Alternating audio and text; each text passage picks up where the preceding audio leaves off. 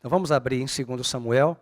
Nós temos crescido muito com esses textos e estamos vivendo até um momento em que Davi está conquistando Jerusalém, há 3.000 anos atrás, e agora a disputa por Jerusalém, dessa briga cruenta dos, que a gente chama palestinos, mas na verdade são alas de setores da Palestina, de grupos que querem o controle da terra para voltar para as mãos dos palestinos. Não são todos os palestinos que pensam assim. Mas vamos manter aqui, todo mundo abriu, menos o pastor, 2 Samuel 8. Vamos ler. Depois disto, feriu Davi os filisteus e os sujeitou. Tomou de suas mãos as rédeas da metrópole. Também derrotou os moabitas. Fê-los deitar em terra e os mediu. 2 vezes um cordel para os matar, 1 vez um cordel para os deixar com vida.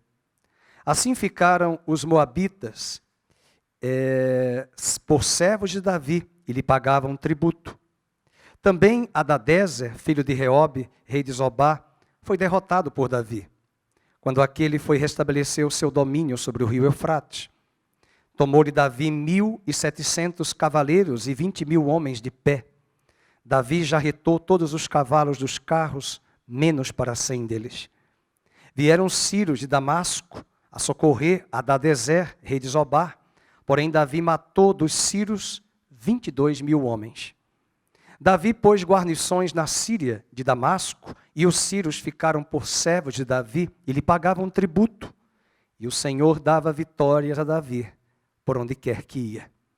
Tomou Davi os escudos de ouro que havia com os oficiais de Hadadezer e os trouxe a Jerusalém. Tomou mais o rei Davi muito grande quantidade de bronze de Betá e de Berotai, cidades de Hadadezer.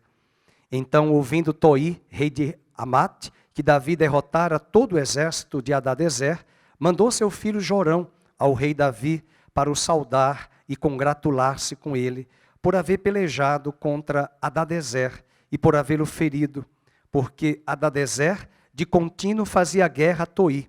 Jorão trouxe consigo objetos de prata, de ouro e de bronze, os quais também o rei Davi consagrou ao Senhor, juntamente com a prata e o ouro que já havia consagrado de todas as nações que sujeitara, da Síria, de Moabe, dos filhos de Amon, dos filisteus de Amaleque e dos despojos de Hadadezer, filho de Reobe, rei de Zobá. Ganhou Davi renome quando, ao voltar de ferir os sírios, matou 18.000 homens no Vale do Sal. Pôs guarnições em Edom, em todo o Edom pôs guarnições, e todos os edomitas ficaram por servos de Davi, e o Senhor dava vitórias a Davi, por onde quer que ia. Reinou, pois, Davi sobre todo Israel, julgava e fazia justiça a todo o seu povo. Joabe, filho de Zeruia, era comandante do exército. Josafá, filho de Ailude, era cronista.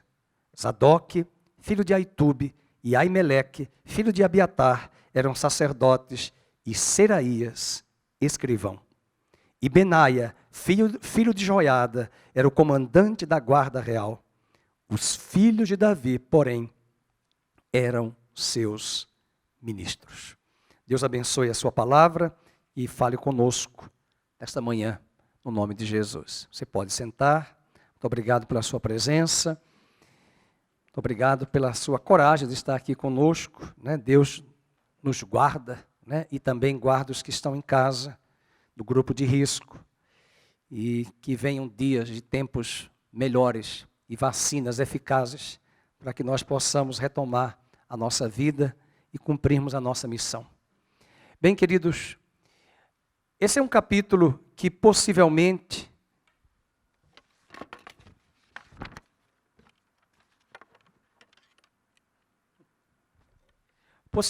é um capítulo que tenha ocorrido a história, não na ordem cronológica. Pastor Felipe falou-nos domingo à noite que esses textos não necessariamente estão na ordem cronológica. Alguns estudiosos acreditam que este capítulo, ele acontece entre os capítulos 6 e 7, ou até mesmo entre o 4 e o 6 do livro de Samuel. Mas o que importa nessa história é sempre lembrar que os textos do Velho Testamento têm alguma coisa a nos falar, muita coisa a nos falar. Ou seja, essas histórias de conquistas de Davi são histórias que apontavam para as conquistas de Cristo no reino terreno, aqui na terra, em nosso coração. São vitórias que Davi conquistou e que Cristo tem conquistado na sua vida pessoal. O Senhor ajudou a Davi, nesse texto, a Joabe, que era o general, a Abisai, a conquistar os inimigos. E agora, nesse cenário de guerra que Israel enfrenta ali contra os palestinos, da faixa de Gaza, atacando, uma história que não é recente, mas isso tem vindo a cada época, é interessante verificar quantas vitórias Davi terá com esses povos, inclusive os filisteus, que são os antigos, são os palestinos, que nós chamamos de palestinos, pela tradução errada, né, que alguns colocaram e chamaram aquela terra de Palestina. Nós já comentamos aqui em outras aulas de escola bíblica, que lá nos mapas da sua Bíblia, tem algumas palavras que estão erradas, por exemplo, não que a Bíblia esteja errada, por favor, são os mapas e quem tradutor. Por exemplo, a Palestina nos dias de Jesus. Essa não era uma palavra que era chamada Palestina nos dias de Jesus. A terra de Jesus, aquela terra era chamada Judéia nos dias do Império Romano. Quem vai mudar aquela terra para a Palestina é o imperador Adriano, logo após a morte de Cristo, no primeiro século da era cristã, no segundo século, no ano 125 depois de Cristo. Então, como as nossas Bíblias são traduzidas da tradução britânica da King James para a versão em português, é natural alguns colocarem Palestina. Então vocês verão Palestina nos dias de Jesus e depois a ONU com a partilha da Palestina.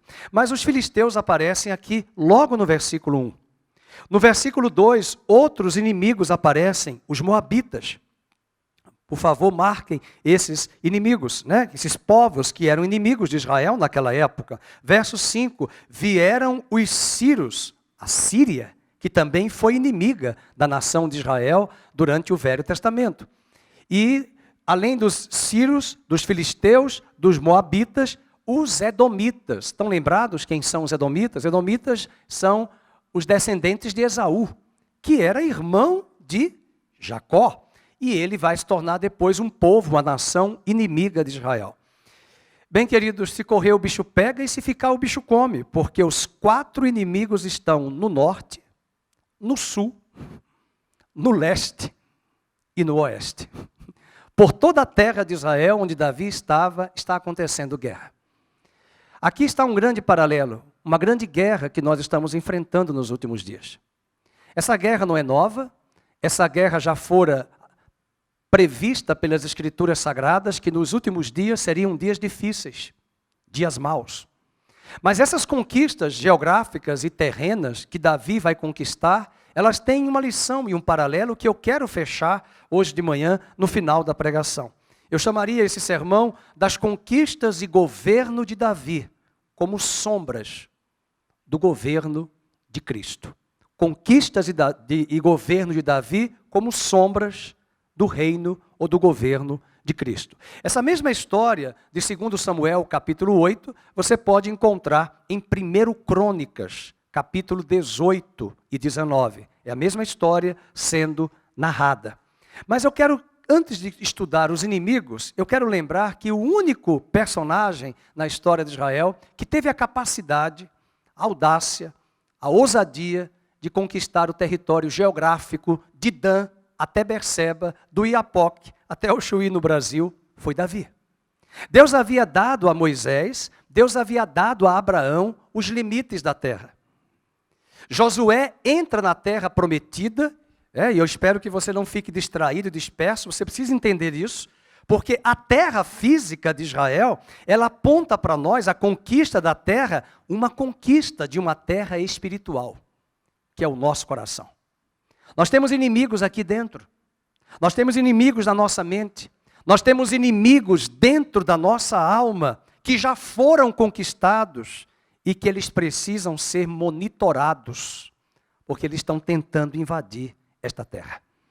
Há uma música bem antiga, dessa mesma época que nós cantamos em Espírito e em Verdade, que marcou aquela geração da década de 80 e 90, mas é uma música que nós cantamos, vamos ver quem lembra. Tudo que Jesus conquistou é direito nosso e é nossa herança. Jesus conquistou na cruz do Calvário uma vida para nós termos uma vida plena sobre o pecado, sobre o mundo e sobre a carne. Nós temos sempre a grande tendência de mostrar que o grande inimigo é o diabo, mas nós temos inimigos que estão bem presentes em nosso meio. A carne é um deles. O mundo, com as suas paixões e concupiscências, é um outro inimigo.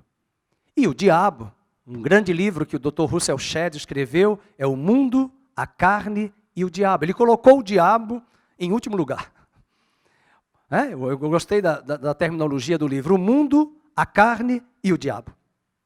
Aliás, a carne, o mundo e o diabo. Porque ele está mostrando que estes são os inimigos que vêm, que estão bem presentes na nossa vida. Portanto, eu quero chamar a atenção, e eu vou pedir que se coloque na tela, por gentileza, o que Deus falou dessas terras, dos locais geográficos. Por exemplo, no verso 1, ele diz que Davi feriu os filisteus. Os filisteus, até hoje, eles estão ali naquela faixa de Gaza, na região oeste. Na região oeste que dá para o Mediterrâneo. E eles eram inimigos de longa data dos israelitas. Eles se aproveitavam de toda e qualquer oportunidade para atacá-los. Dizem que os filisteus vieram dos cretenses, de Creta. Eles eram também ali juntamente com os fenícios, muito próximos ali da região oeste de Israel, e aprenderam essa questão do Mediterrâneo, mas eles estão na região oeste da terra de Israel. E quando olhamos para o próximo inimigo, está na região leste. Por exemplo, o verso 2, também derrotou os moabitas e fê-los deitar em terra e os mediu, 2 vezes um cordel. Então os moabitas, que é a terra da bisavó de Davi, Ruth, onde hoje é a atual Jordânia. Aquela terra dos moabitas era a terra de onde veio, graças a Deus, Ruth. Porque no meio deste mundo perdido e caído, no meio das nações, Deus elegeu pessoas de todas as nações da terra. Uma delas foi Ruth. Deus não é só Deus de Israel, é o Deus de todas as nações da terra. Os moabitas também já tinham sido amigáveis com Davi, porque eles pensaram que era inimigo de Saul. Lá em 1 Samuel 14, 47, nós temos essa história. E também Davi era aparentado dos moabitas por causa da sua bisavó, Ruth. E enquanto ele estava no exílio, Davi até pediu para colocar os seus pais sob a guarda do rei Moabe. Lá no capítulo 22 de 1 Samuel, nós chegamos a comentar aqui na pregação que Davi pediu, toma conta dos meus pais, na terra de Moabe. E agora os moabitas vão pagar imposto, tributo, pedágio, verso 2, para os deixar com vida, vamos ler o verso 2, e assim ficaram os moabitas por servo de Davi e lhe pagavam tributo, pagavam imposto. Então os moabitas estão no leste, os filisteus estão no oeste, e agora vamos para o norte. Se correr o bicho pega, e se ficar o bicho come. Então esse outro ataque está acontecendo lá no norte. Quem é que está no norte? Onde está o Monte Hermon, Monte Alto, de onde vem ali as águas que vão trazer para o Rio Jordão, que desaguam no Mar Morto. Nós vamos encontrar ali os sírios. Veja o versículo de número 5. Vieram os sírios de Damasco a socorrer Hadadezer, rei de Zobá. Porém, Davi matou dos sírios 22.000 homens. Muita matança nesse capítulo. Versículo 6, Davi pôs guarnições na Síria de Damasco, e os sírios ficaram por servos de Davi e lhe pagavam tributo. Os sírios, com isso Israel, ele vai adquirir instalações militares importantes, porque uma das estratégias de Davi era colocar nestas cidades, no norte, no sul, no leste e no oeste, guarnições. Tinham armas, alimentos, para nutrir e ao mesmo tempo proteger as fronteiras de Israel. A palavra de Deus diz aqui no verso 6, ele colocou guarnições na Síria de Damasco. E os sírios ficaram por servos de Davi e lhe pagavam tributo. Isso está no verso de número 6. Outra expressão também que aparece ainda dos sírios, verso 13. E ganhou Davi renome quando, ao voltar de ferir os sírios, matou 18.000 homens no Vale do Sal. Mas agora um outro inimigo, território ali possuído pelo inimigo que Davi vai conquistar, os edomitas. Então vamos lembrar filisteus, vamos lembrar os moabitas, os sírios e agora os edomitas. Verso de número 14. Pôs guarnições em Edom, em todo o Edom ele pôs guarnições, e todos os edomitas ficaram por servos de Davi. Mas um pouquinho antes, ele diz lá no verso 12, e da Síria, de Moabe, dos filhos de Amon, dos filisteus, de Amaleque, dos despojos de Hadadezer, filho de Reobe, rei de Zobá. E ganhou Davi renome quando ele voltou ali a ferir os sírios.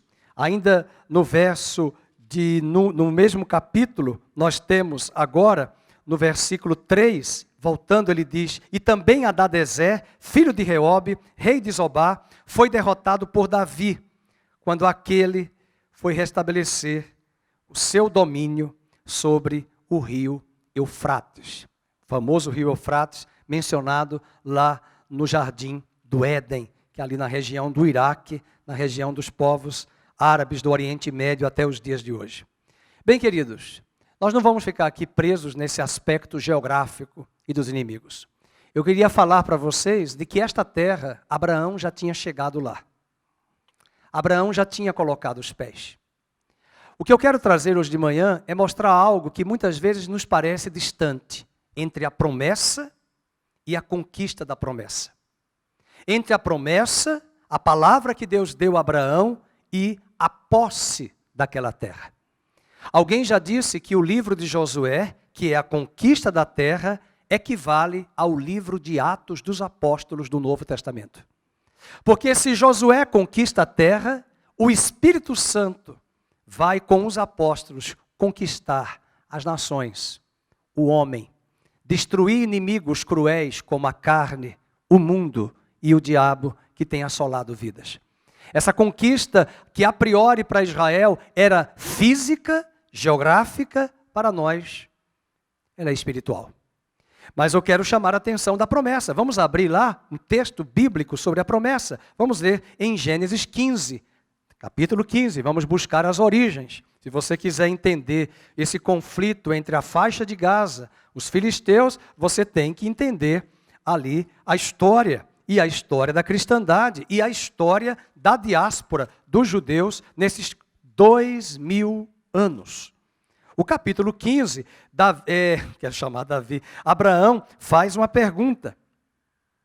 Ele diz no versículo de número 2, respondeu Abraão, Senhor Deus, que me haverás de dar para esta terra, se de contínuo eu estou sem filhos, e o único herdeiro que eu tenho é o Damasceno Eliezer. O Senhor me deu uma promessa que eu teria esta terra. E Deus vai dizer para ele, não será esse o teu herdeiro, verso 4. Mas aquele que será gerado de ti, esse será o teu herdeiro. No versículo 7, disse-lhe mais, eu sou o Senhor que te tirei de Ur dos Caldeus para dar-te por herança, por favor, marque na sua Bíblia, esta terra de Canaã. Já em Gênesis 13, estou trocando os nomes hoje, porque é tanta gente no personagem da terra. Quando em Gênesis 13, Abraão está deprimido, eu considero que ele estava deprimido, não tinha um remédio de tarja preta para ele tomar. Ló ficou com as melhores partes da terra. Abraão ficou com as piores do ponto de vista humano, improdutivas. E parece-nos que lá em Gênesis 13, Abraão estava assim. E Deus diz para ele, levanta a tua fronte, olha para o norte, olha para o sul, olha para o leste, olha para o oeste, eu vou te dar toda esta terra. Eu vou te dar esta terra de Dan até Berseba. Esta terra, Abraão, que eu vou te dar, agora no capítulo 15, ele fica a perguntar a Deus, como é que eu vou ter a herança desta terra? Naquela época não tinha cartório, não tinha escritura, mas havia um juramento verbal. E Deus disse, esta terra é sua. E logo que vai acontecer, preste bem atenção que isso acontece conosco. Tudo que Jesus conquistou é direito nosso, é nossa herança. Mas eu tenho que tomar consciência de quem eu sou em Cristo. Eu tenho que tomar consciência qual é a minha identidade atual em Cristo. Abraão morre, é sepultado na terra, ali na cidade de Hebrom, mas Deus prometeu em Gênesis 15 que a sua descendência iria para o Egito e ficaria lá 430 anos.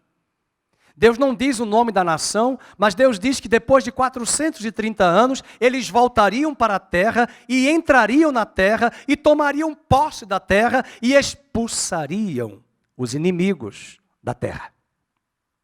Quem vai possuir a terra é Josué. Mas olha que tristeza, que é a realidade hoje de muitas vidas, inclusive nas igrejas. Vidas pessoais e igrejas locais. Nós estamos muito aquém da plenitude da vida de Cristo que Ele tem para nós. Deus quer nos dar a vida plena.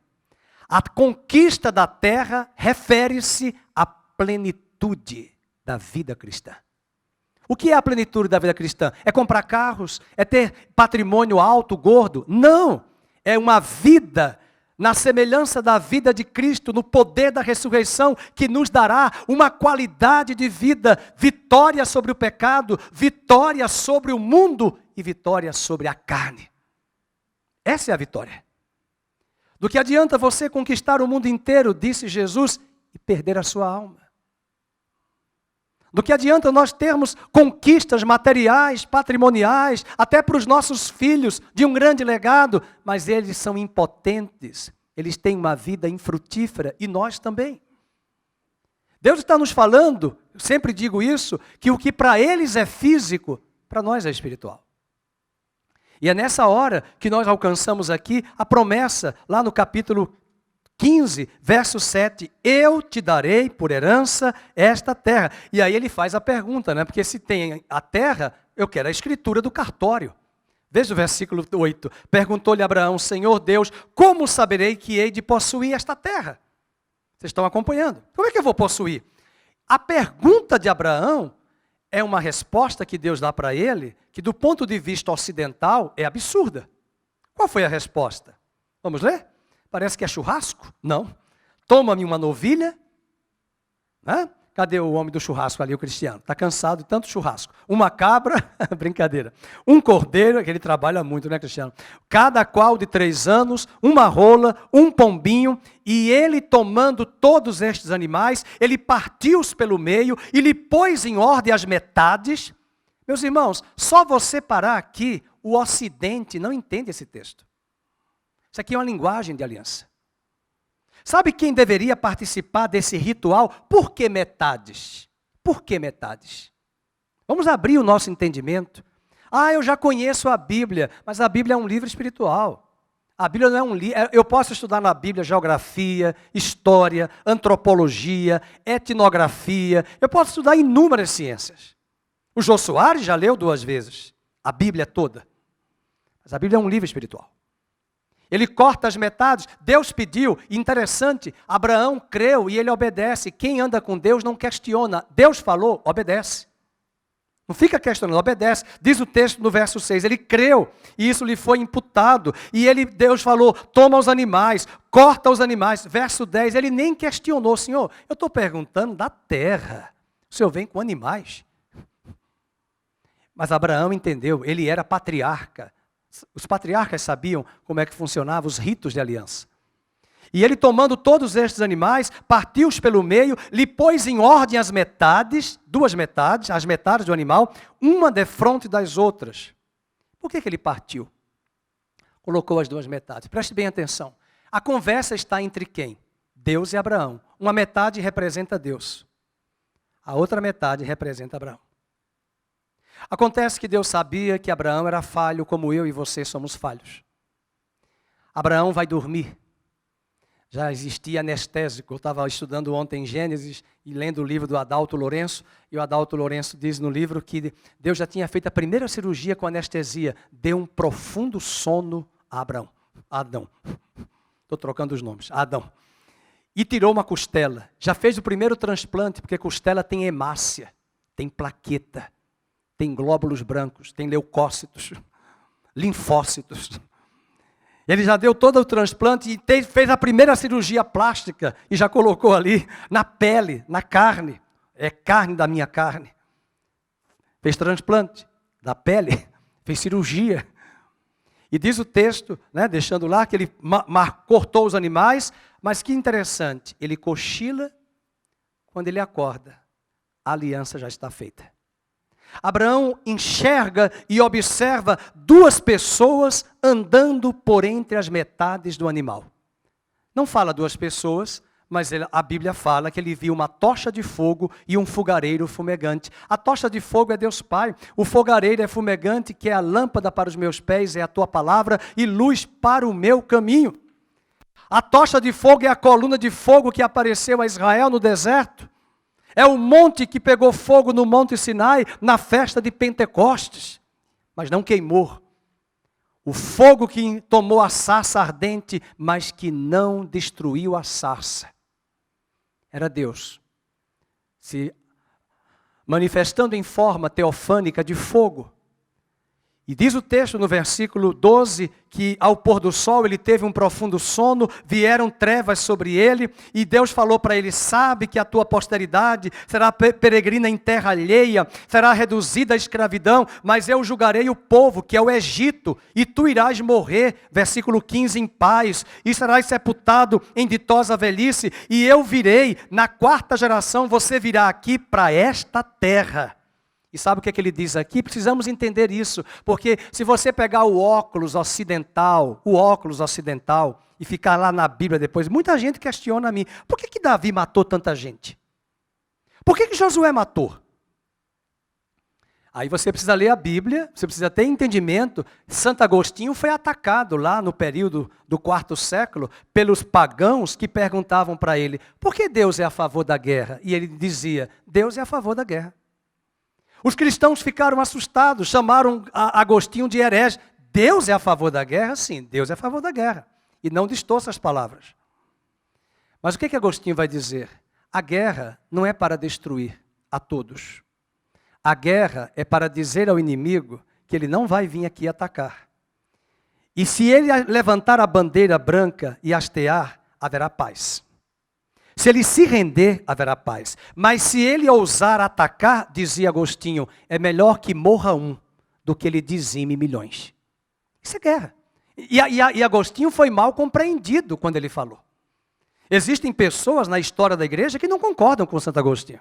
Paciência. Você não vai agradar a todos. E se olharmos para a Bíblia, né, nós estamos vendo setores da mídia internacional dizendo que Israel é culpado. Eu peguei manchetes essa semana dizendo que é Israel. Ontem eles estavam mostrando os ataques de Israel no prédio. Ora, mas quem foi que começou o ataque?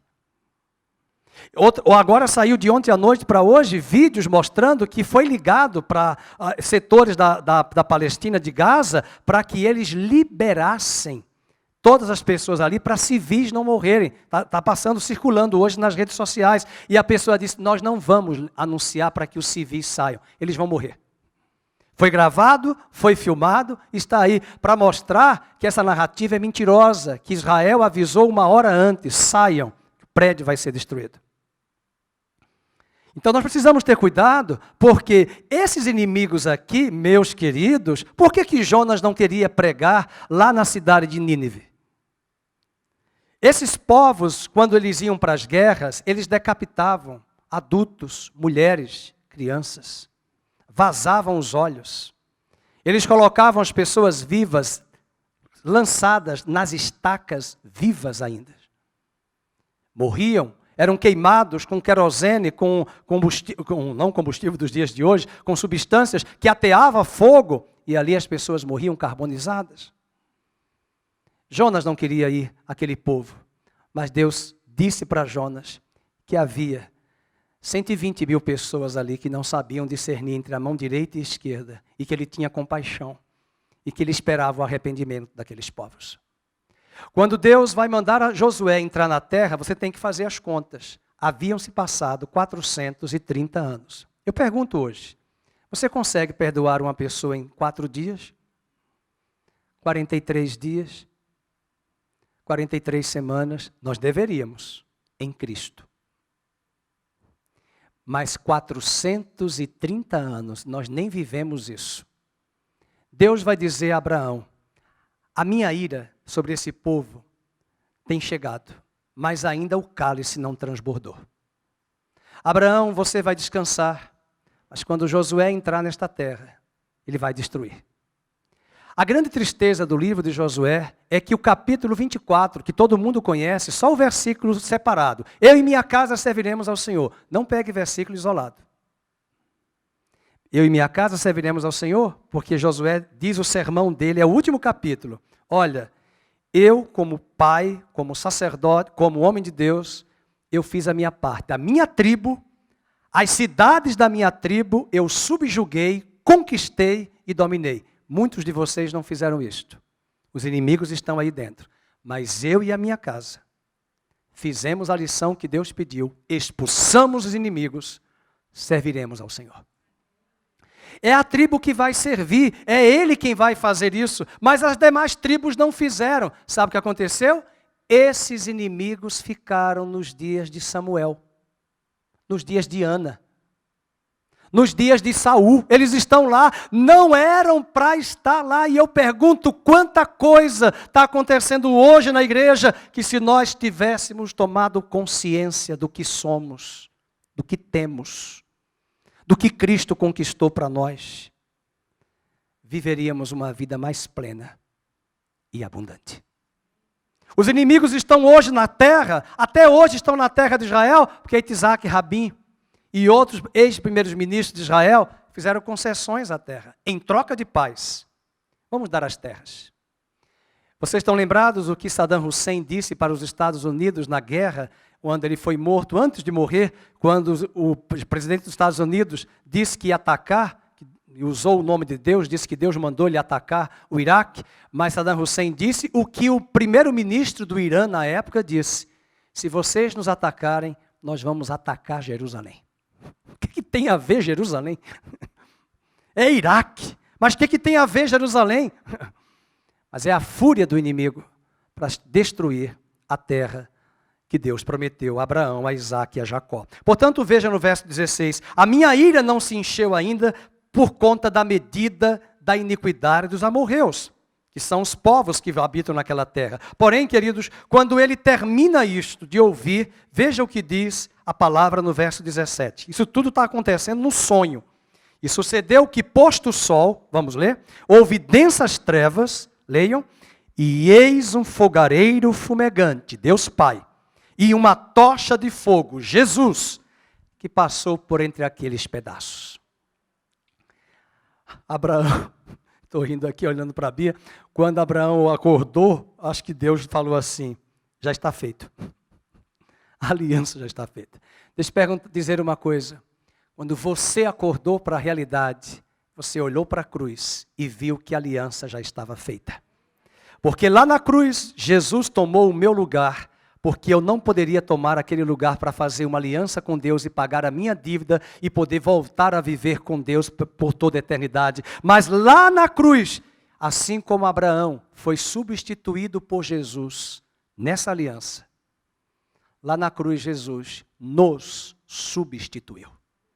Ele já ressuscitou a igreja, ele já pagou o preço, e agora os inimigos já foram despojados, eles foram ali saqueados pelo poder de Deus, e os despojos que são as vidas humanas estão aqui elas, e muitos espalhados pelas igrejas por este planeta, porque o Senhor triunfou sobre eles na cruz e despojando os principados e potestades, conquistou esses inimigos espirituais, o que para Israel era a conquista da terra física.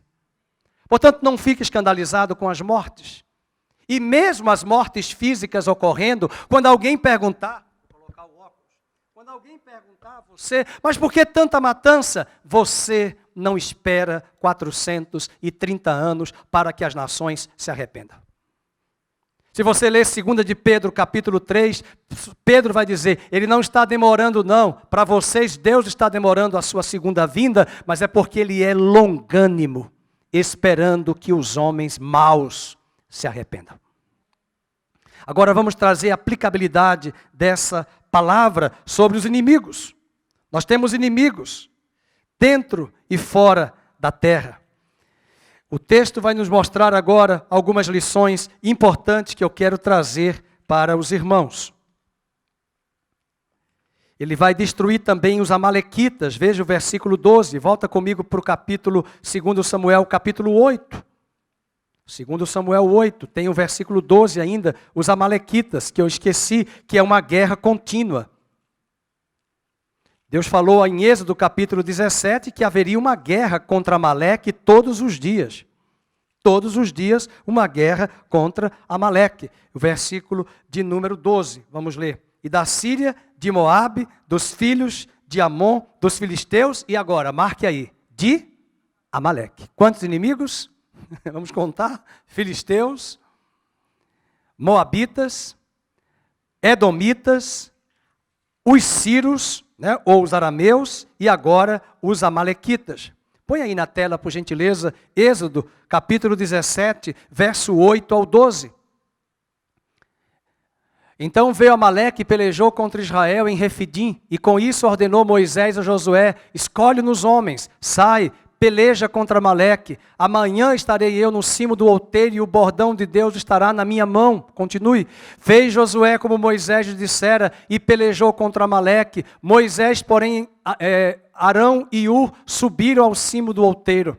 E quando Moisés levantava a mão, Israel prevalecia, para dizer que até um líder como Moisés, com essa batalha, enfraqueceu-se. Quem é esse Amaleque? Uma figura do diabo para a igreja. E diz o texto que quando ele abaixava a mão, prevalecia Amaleque. Verso 12. Ora, as mãos de Moisés eram pesadas, por isso tomaram uma pedra e a puseram por baixo dele. E Arão e Ur sustentavam-lhe as mãos de um lado e do outro, e assim lhe ficaram as mãos firmes. Verso 13. E Josué desbaratou Amaleque e a seu povo a fio da espada. Lembrem-se, é Josué. E aí diz o texto, próximo. Então disse o Senhor, quero que a igreja leia todos comigo. Escreve isto para a memória no livro. Repete-o a Josué, porque eu hei de riscar totalmente a memória de Amaleque de debaixo do céu. Quero dizer nesta manhã que a memória do diabo, do Deus deste século, do príncipe deste mundo, já foi apagada nas regiões celestiais, porque Jesus Cristo está assentado à direita de Deus Pai, nas regiões celestiais, acima de todo o principado, acima de toda a potestade, e a igreja está sentada com Cristo nas regiões celestiais, e esta é a posição dela, e o mundo, a carne, o diabo e seus anjos caídos não têm poder sobre a mente dela, porque ela deve ter a mente de Cristo. Essa é a posição, mas entre a posição da promessa e a realidade, há um hiato. Pedro vai nos dizer na sua carta que nós devemos nos cingir com toda a disposição para colocar o capacete da nossa cabeça, dos ataques que vêm em nossa mente, do pessimismo, do pânico, do medo, do suicídio, da inveja, da soberba, da arrogância. São esses inimigos que têm vindo, e prestem bem atenção, eles já foram conquistados por Jesus. Mas eles estão insistindo em voltar em nossas vidas. Outro aspecto desse texto é que Davi vai administrar Jerusalém. Vencer a batalha é uma coisa, administrar os assuntos de uma nação em crescimento é bem diferente. E diz o versículo 15, que Davi reinou sobre todo Israel, julgava e fazia justiça a todo o seu povo. E no versículo 16 ao verso 18, ele vai levantar pessoas sábias e competentes para administrar com ele. Sabe o que eu vejo aqui? Que Cristo levantou a igreja com o corpo de Cristo, com membros espalhados em seu corpo, que precisam uns dos outros. E esses membros, de acordo com cada função, de acordo com cada ação que Deus atribui a eles, vão cooperar para o pleno ordenamento e encaminhamento das coisas espirituais, para que o reino cresça, possa se expandir e Cristo seja glorificado em tudo por meio de todos. Isso é o corpo de Cristo, é o que Davi vai fazer, um grande governo, uma grande administração. Ele vai se cercar de pessoas sábias, competentes, adestradas, preparadas para reinar. E queridos, agora eu quero aplicar o texto e eu vou pedir um pouquinho da sua paciência, porque nós começamos o culto lendo um dos textos mais difíceis que eu acho, 2 de Pedro, capítulo 2. E toda a carta de 2 de Pedro é uma carta escatológica, apontando para a segunda vinda de Cristo. Mas eu quero falar das promessas que Deus deu a Abraão, para as promessas que Ele deu a você. Dos inimigos que estavam na terra, dos inimigos que você e eu vamos expulsar com a ajuda do Espírito Santo na nossa vida. Mas também eu quero falar de 6 aspectos que nós podemos aprender desse texto. Primeiro, apropriação das promessas de Deus. A apropriação da promessa de Deus em nós. Vamos abrir em 2 de Pedro 1,4. 2 de Pedro 1,4. Não é 2 Pedro. Ele não escreve a carta para alguém especificamente, mas é 2 de Pedro. Leiamos aí. Pelas quais nos têm sido doadas as suas preciosas e muito grandes promessas, para que por elas vos torneis coparticipantes da natureza divina, livrando-vos da corrupção, das paixões. Se lá no Velho Testamento Deus deu a terra física de Israel, de Canaã para Israel, para eles entrarem na terra, possuírem a terra física, aqui na igreja, no povo de Deus da nova aliança, Ele nos deu promessas para uma vida plena, para que as paixões do mundo não dominem sobre as nossas vidas, juntamente com as paixões da carne. Aproprie-se dessas promessas de Deus. Não é promessa, promessas. Vamos lembrar as promessas em Efésios 1? Ele nos elegeu, Ele nos predestinou, Ele nos escolheu, Ele nos justificou. Cadê o amém, irmãos? Ele nos tem abençoado com toda a sorte de bênçãos. Ele nos fez assentar-se nas regiões celestiais. São as promessas, são as conquistas que Cristo providenciou na cruz do Calvário. Segunda lição que nós aprendemos aqui é que o combate aos filisteus é para tirar a glória de Deus. Os combates aos filisteus e a perda da glória de Deus. Os irmãos estão lembrados que quando os filisteus entraram lá no livro de Samuel, eles roubaram a arca. O que é a arca? Um símbolo da presença de Deus. O que é a arca? A glória de Deus. Deus andando com o seu povo. O que é que os filisteus querem roubar na nossa vida, igreja? A glória de Deus em nós. A vida de Cristo em nós. É muito triste quando eu e você perdemos a unção. É muito triste quando eu e você não temos mais a glória de Deus na nossa vida. A glória não é a fumaça. A glória não é o que muita gente canta, derrama a tua Shekinah sobre nós e vamos cair. Isso não é glória, isso é queda. Tem jogador que cai e não faz nada. Né? E tem muita gente que cai e não acontece nada. Fala em línguas, mas não há nada. A glória não é para cair. Se cair é porque a carne não consegue resistir à presença de Deus. Mas a glória é para construir na minha vida a imagem plena de Cristo em nossas vidas. Não é a xerox, mas é o caráter de Cristo. Não é o biotipo, não é o estereótipo, é simplesmente o caráter, os valores de Cristo em nós. A compaixão, a misericórdia, a bondade, a mansidão, o amor de Deus. O combate aos filisteus, veja por exemplo, 2 de Pedro, na mesma carta, capítulo 1, verso 9 e 10, nessa segunda lição que nós aprendemos, cuidado com os filisteus. Pois aquele a quem estas coisas não estão presentes é cego, vendo só o que está perto, porque é carnal, esquecido da purificação dos seus pecados de outrora. E o verso 10.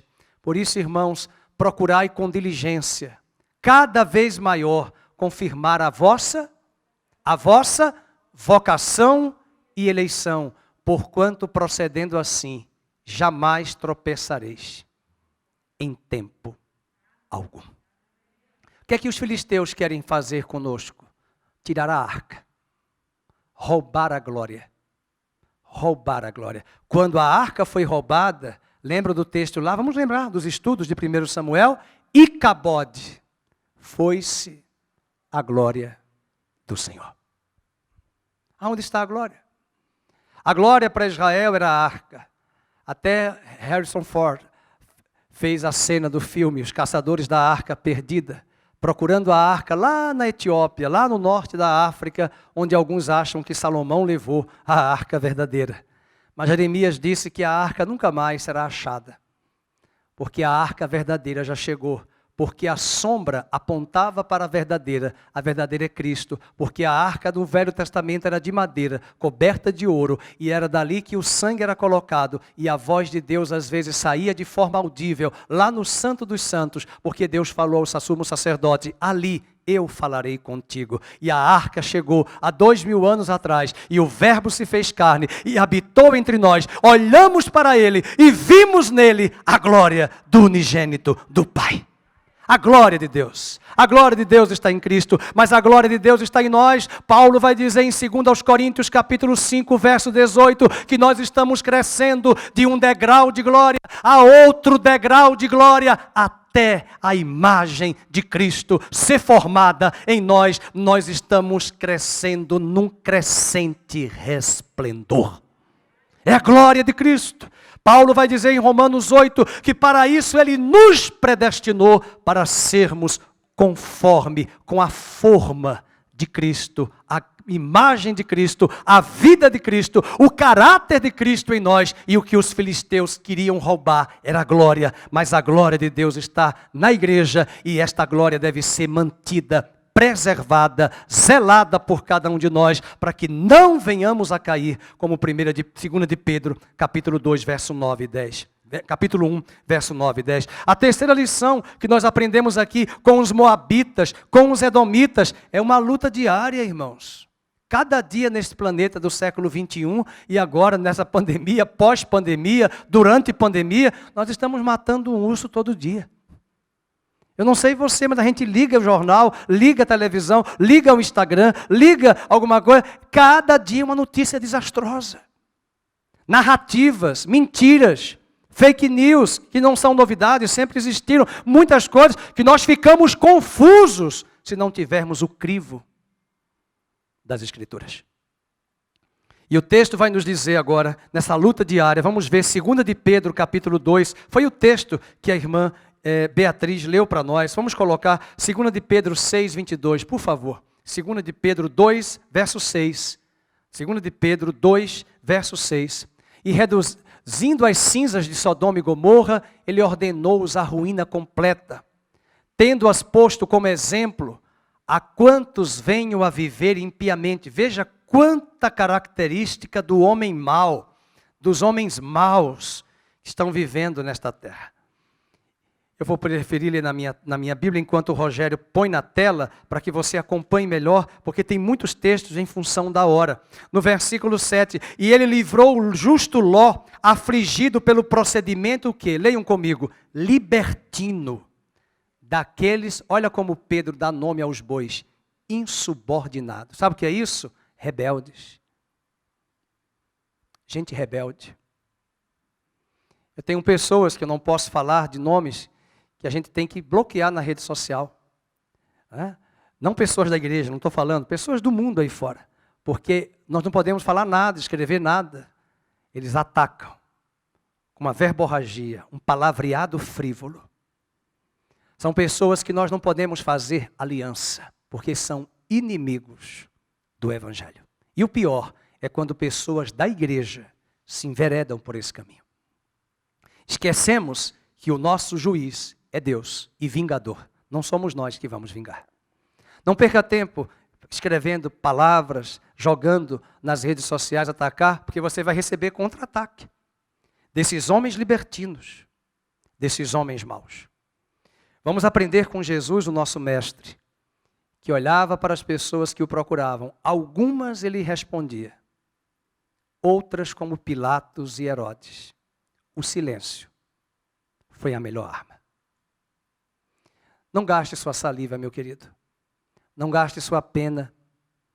Não gaste seu tempo para expressar verborragias e termos em política, Nós precisamos ser cidadãos e entender a política, mas não podemos entrar nesse fluxo. Nós temos que pregar a palavra e, mais do que pregar, viver essa palavra. E o texto vai nos mostrar agora no versículo 8, porque este justo, que pelo que via e ouvia, quando habitava entre eles, atormentava a sua alma justa, cada dia, por causa das obras iníquas daqueles.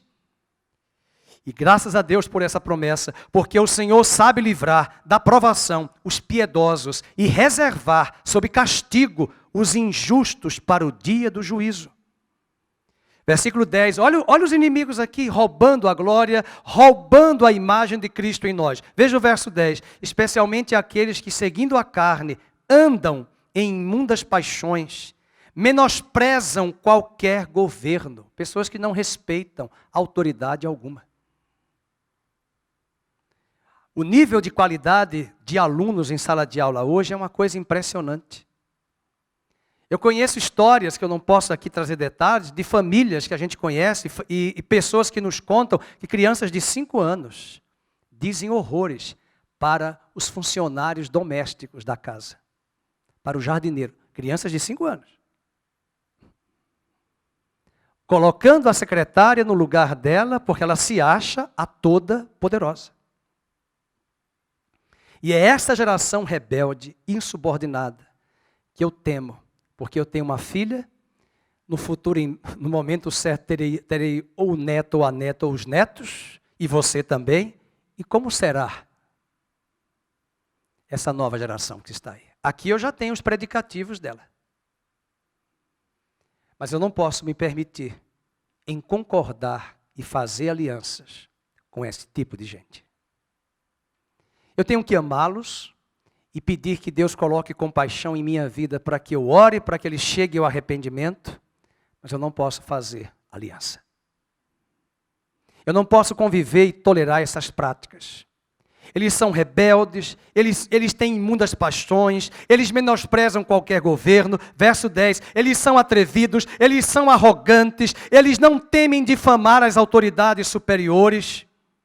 Versículo 12, eles são brutos e irracionais. Veja na tela. Naturalmente feitos para presa, destruição, falando mal daquilo em que são ignorantes, na sua destruição também hão de ser destruídos. Versículo 13, eles têm uma luxúria carnal em pleno dia, eles são nódoas, eles são deformidades, e o pior, eles não estão lá fora, eles estavam dentro das igrejas daquela época. Diz Pedro que eles se banqueteavam com vocês. Olha o verso 13. Eles banqueteavam com vocês. Banqueteiam junto convosco. Versículo 14. Eles têm os olhos cheios de adultério. Eles são insaciáveis no pecado. Eles engodam almas inconstantes. Eles têm o coração na avareza. Eles são filhos malditos. Eles abandonaram o reto caminho. Eles se extraviaram. Eles são filhos de Balaão. Eles recebem propina. Oportunidades para receber coisas desta terra. E deixa o direito de primogenitura por um prato de lentilha. No versículo de número 17, ele classifica essas pessoas que até estão nas igrejas, que são fontes sem água. Já foi numa fonte que não tem água? Que horror! São névoas impelidas pelo temporal. E sabe o que diz o texto? Para eles está reservada a negridão das trevas. E olha a soberba. Eles proferem palavras jactanciosas de vaidade. Eles engodam paixões carnais por sua libertinagem. Aqueles que estavam prestes a fugir dos que andam no erro. Prometem liberdades quando eles mesmos são escravos da corrupção. E o final do texto nós já conhecemos. O cão voltou para o seu próprio vômito. O que isso quer nos dizer? Que inimigos que foram conquistados por Davi, depois voltaram. Que inimigos que Cristo conquistou, voltaram. Na mesma carta, em 2 de Pedro 3,17, na mesma carta, 2 de Pedro 3,17, ele diz, vós, pois, amados, prevenidos como estáis de antemão, leiam, acautelai-vos, não suceda que, arrastados pelo erro desses insubordinados, vocês venham a descair da vossa própria firmeza. Essas pessoas rebeldes, quando elas estão permeando nas igrejas e andando com todos esses caracteres, é possível que pessoas que estão na igreja digam, não vale a pena ser igreja. Eu não quero mais saber de igreja. Eu não critico quem pensa assim.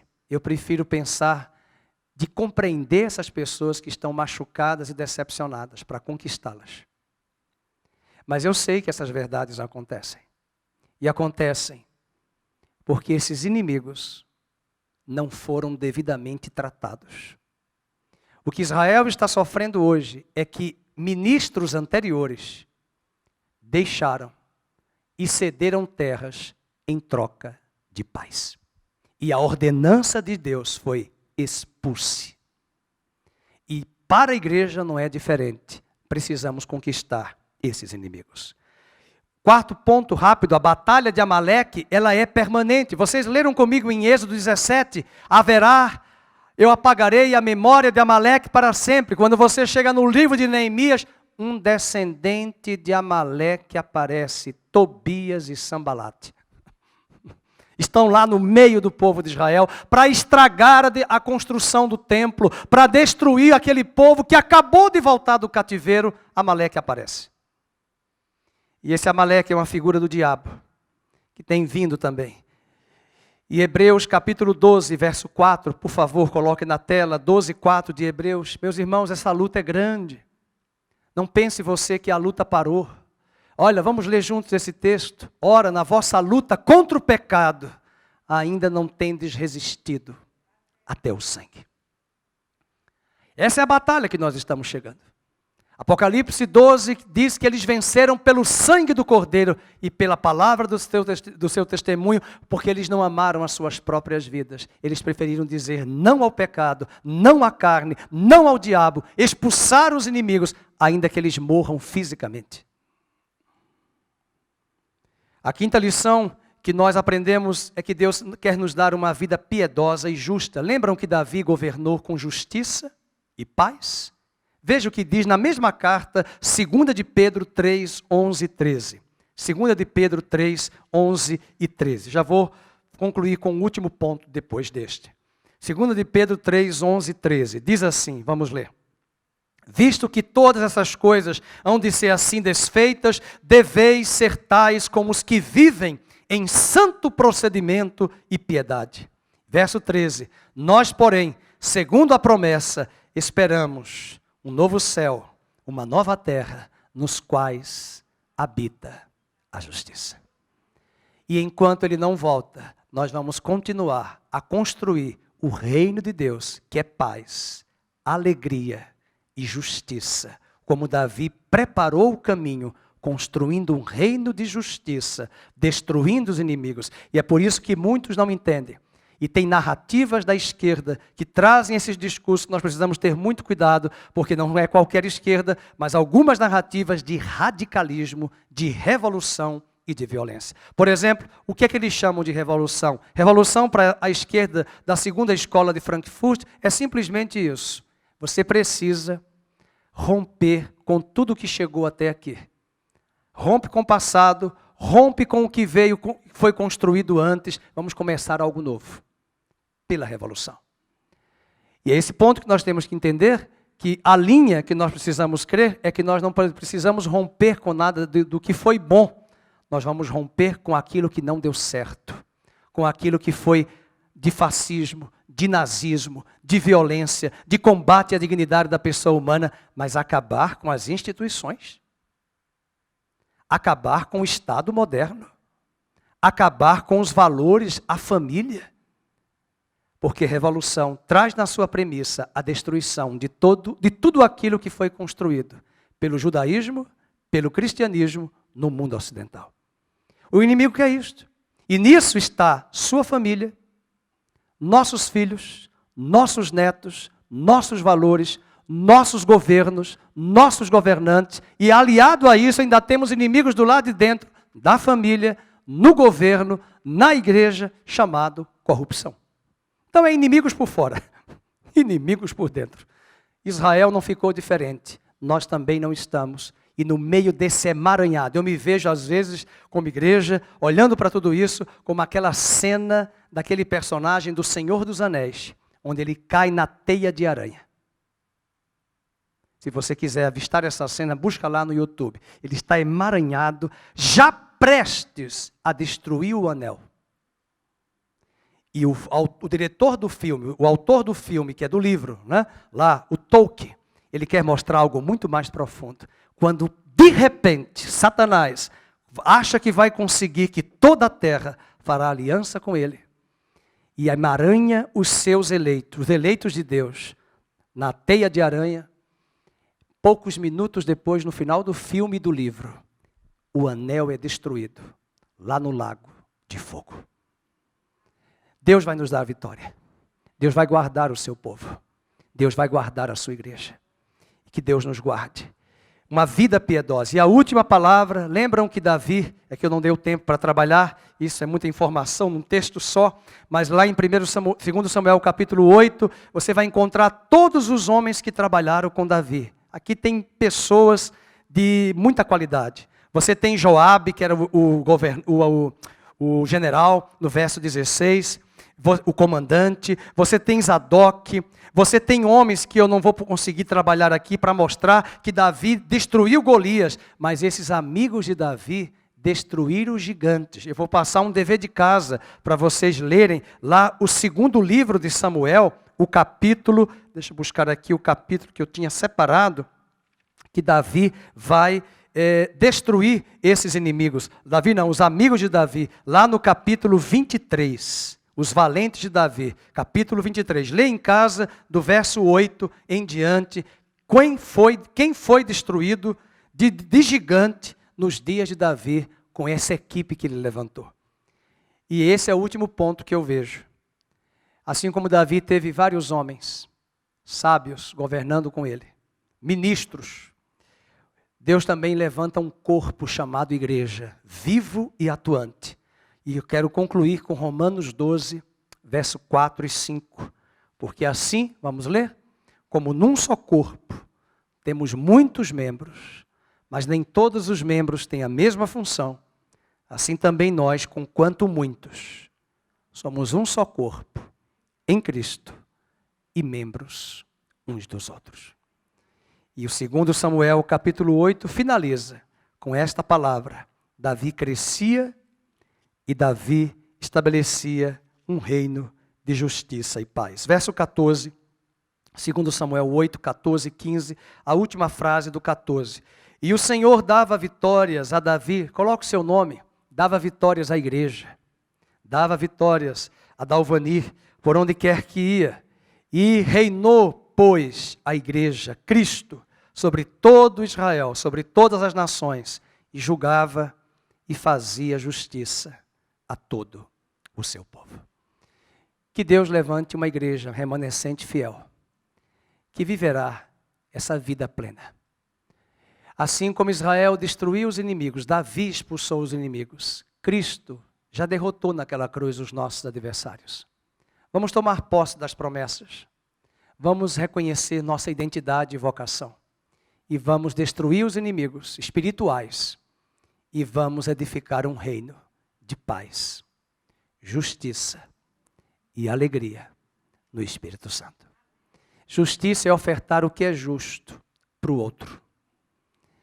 É respeitar a dignidade do outro. Respeitar o espaço do outro.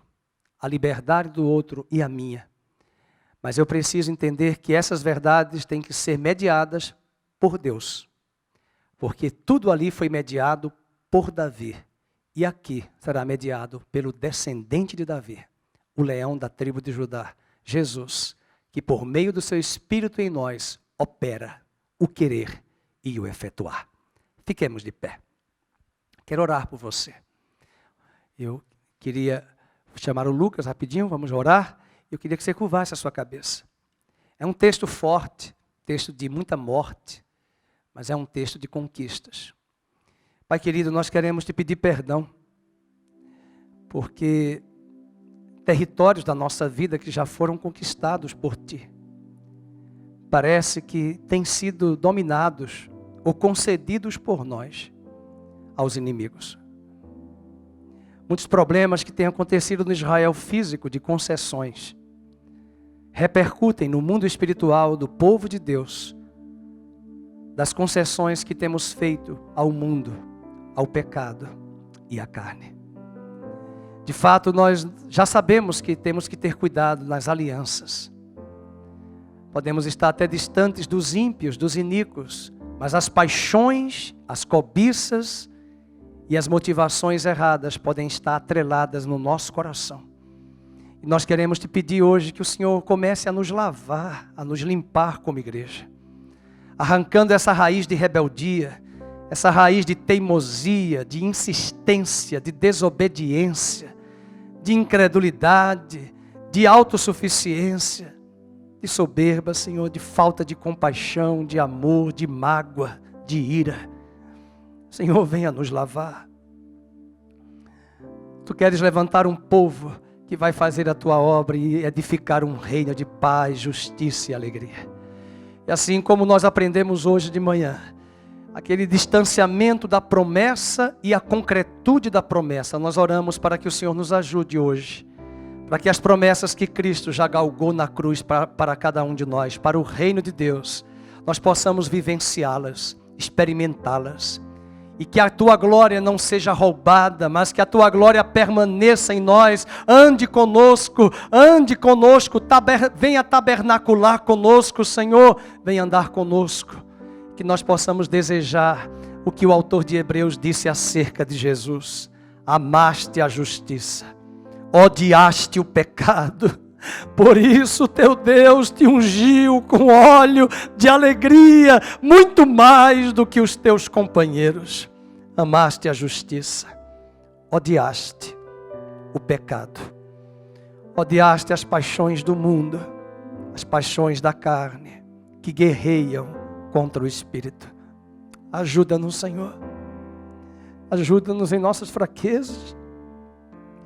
Ajuda-nos e ensina-nos a perdoar, a amar.